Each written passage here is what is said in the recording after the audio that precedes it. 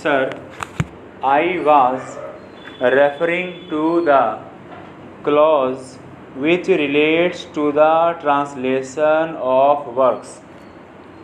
As I said, the main purpose which motivated the joint committee which this provision was that opportunities should be given to people to take advantage of the work written in various languages.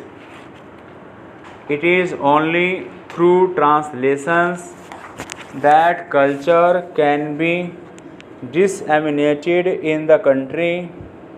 Ours is not a unilingual country, it's a multilingual country. And if we put restriction in the way of translating works, we put restriction in the way of the advancement of knowledge itself. It is therefore necessary to make the process of translating works from one language to another an easy one. It was with that purpose that this provision was made. I must say that I do see the force of the arguments which have been advanced against this provision. It does create some hardships for the authors because they are deprived to some extent of their rights after a period of 10 years.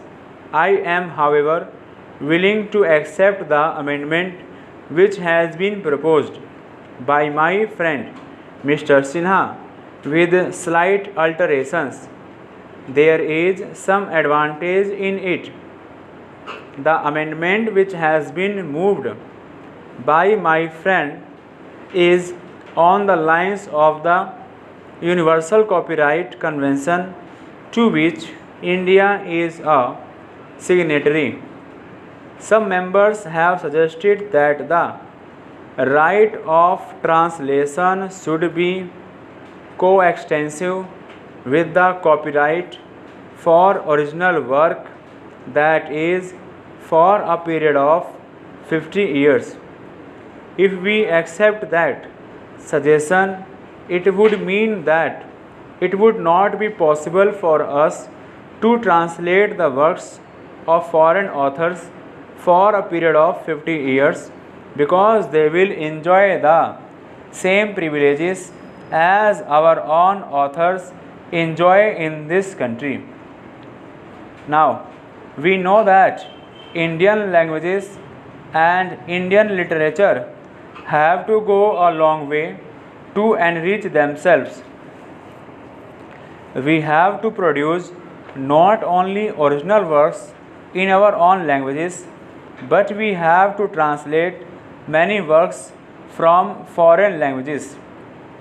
If we make this right of translation coextensive with copyright, it may mean that we shall not be able to translate the works of foreign authors, and I am quite sure that the House would not like to put that barrier in the path of intellectual advancement. Therefore, the best alternative under the circumstances is to accept the amendment which has been very ably and very thoughtfully moved by my honorable friend Stock.